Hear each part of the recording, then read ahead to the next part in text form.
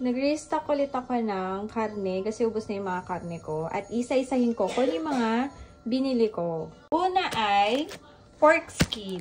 May nakita kasi si Mami sa Facebook ng pagluluto ng chicharon. Kaya ipapagawa niya sa akin. Kaya sagot niya tong balat na to. Tapos ito naman ay paika, ang tawag.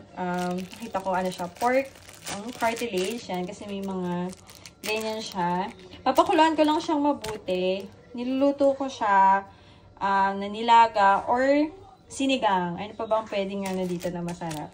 Next naman ay ito. Ito ay paa ng manok. Of course, adobo. Ayan, 2 kilo yung pinabili ko. Kasi yung isang luto nito, ubos namin agad sa sobrang sarap.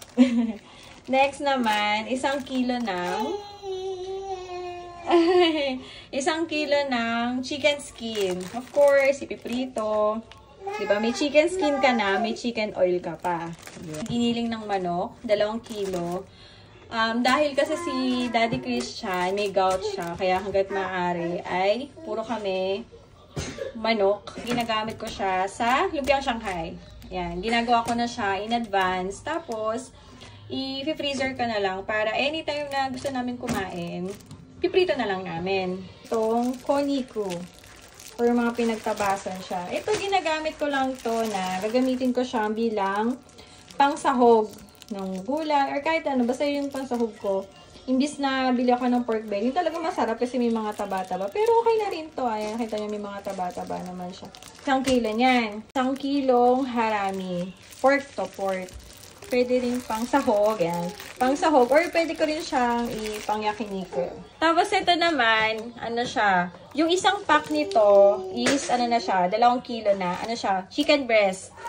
So, 3 packs nito, 3 packs, so, bali 6 kilos. Tapos ito naman, momo. So, same din, yung isang pack is 2 kilos, so, 2 packs, kaya 4 kilos.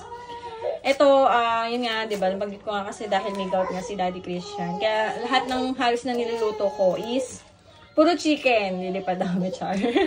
Binabalot ko na sila. Para yung kung kada luto, ayan, pinapako na sila ng kada luto bago ko ilagay sa freezer. So, ayan lang. Thank you!